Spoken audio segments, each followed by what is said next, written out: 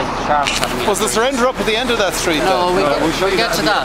Now, this building here is referred to as the White Cottage, the 40 building.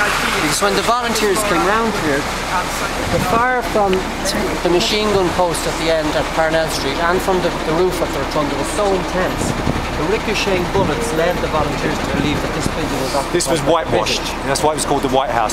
The whitewash was pounding off. They thought the British were in there. So the first thing they did was Collins and the group volunteers broke into the building to discover it was empty. James Connolly at this stage had been brought around the place here in the middle of the street because he'd been wounded with an old GPO. Joe Plunkett then took charge here along with McLaughlin, and batch by batch the volunteers, 20 at a time, passed under fire but passed because the barricade was shielding them, so they made their way through here. It was at this moment that Jim Ryan, who you know about, went up on the roof here to make his way down towards the barricade. Turned when he realised the firing was so intense and came back.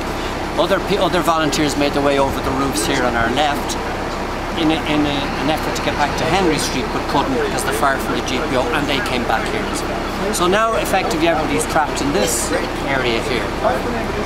Henry Lane. Henry Place. Sorry. This is Moore Lane.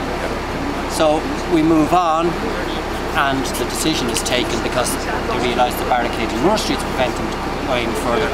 They break into number 10. First council of Wars and Covens. But this building here, you'll see, if you look under the Goodalls of Ireland sign, you'll see still the lettering for O'Brien's Mineral Water. So you'll see it. Right. This building, very important point, these buildings will all be demolished under the present proposal. And Moore Lane will be extended through the White House to join with Henry Street. Right. It's all very much up in the air, I presume. Well, we hope so, yeah. We're looking at the historical stasis, I would think.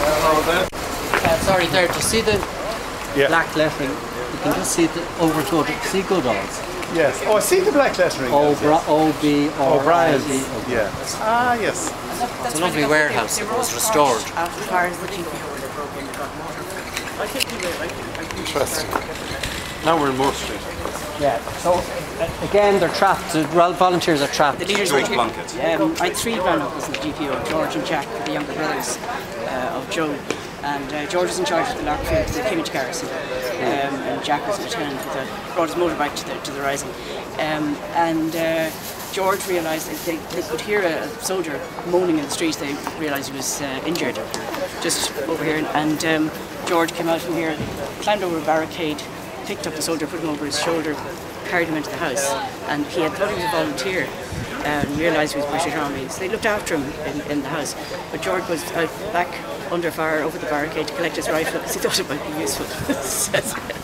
And back in, uninjured. So George Plunkett was in charge here that first night. The Pearses slept upstairs in a room upstairs in number 10, and Sean McLaughlin, the young volunteer I mentioned earlier,